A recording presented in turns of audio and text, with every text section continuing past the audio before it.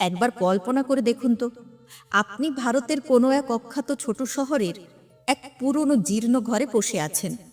ধূপের হালকা গন্ধ চারিদিকে। আপনার সামনে একজন বয়স্ক মানুষ একটি প্রাচীন হলদেটে তালপাতার পুঁথি সযত্নে খুললেন।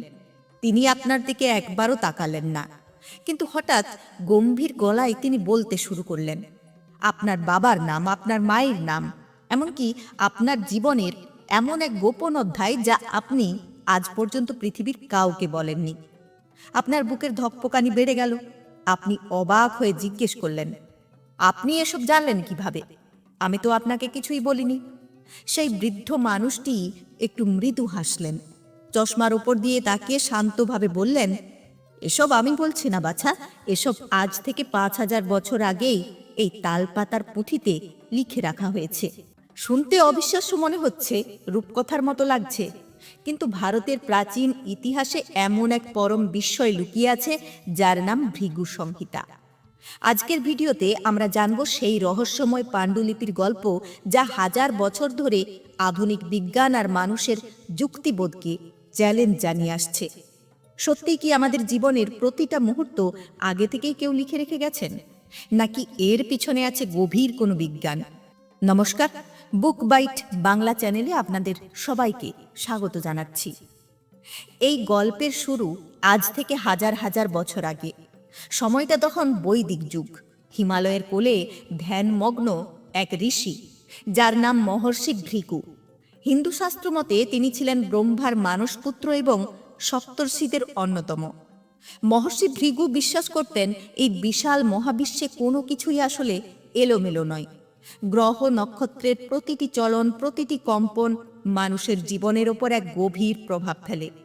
এই মহাজাগতিক গণিতকে সাধারণ মানুষের বোধগম্য করার জন্যই তিনি রচনা করেছিলেন এক অবিশ্বাস্য জ্ঞান ভাণ্ডার, যার নাম ভৃগু সংহিতা।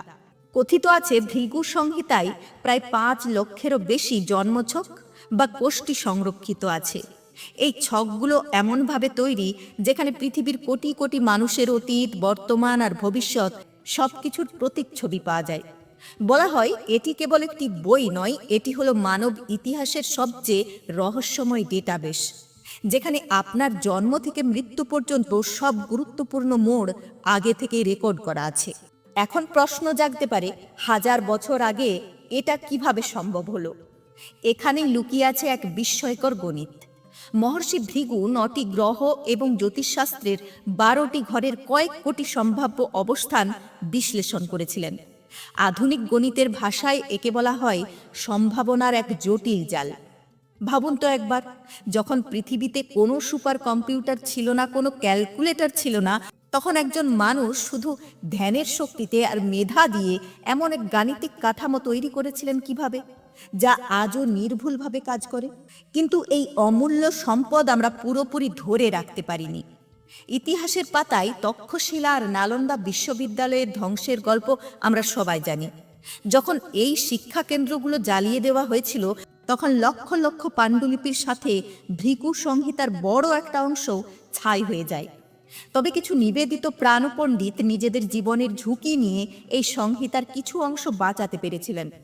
আজ পাঞ্জাবের হোশিয়ারপুর বা রাজস্থানের মতো কিছু জায়গায় সেই আদি পাণ্ডুলিপির অবশিষ্টাংশ আজও মানুষের ভাগ্যের কথা বলে। সবচেয়ে বড় প্রশ্নটা এখানেই আসে, যদি সবকিছু আগে থেকেই লেখা থাকে, তবে কি আমাদের হাতে কিছুই নেই? আমাদের কি কোনো স্বাধীন ইচ্ছা বা ফ্রি উইল নেই? ভৃগু সংহিতা কিন্তু এখানে এক চমৎকার উত্তর দেয়।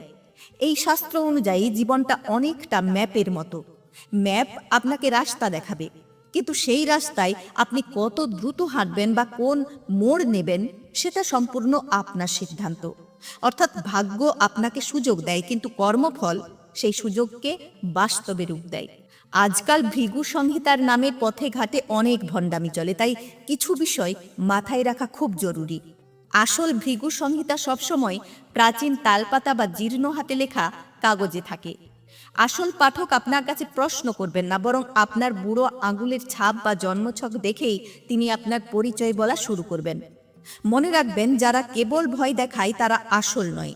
আসল সংহিতায় প্রতিকার হিসেবে সবসময় সৎকর্ম আর মানবিকতার কথা বলা হয়েছে।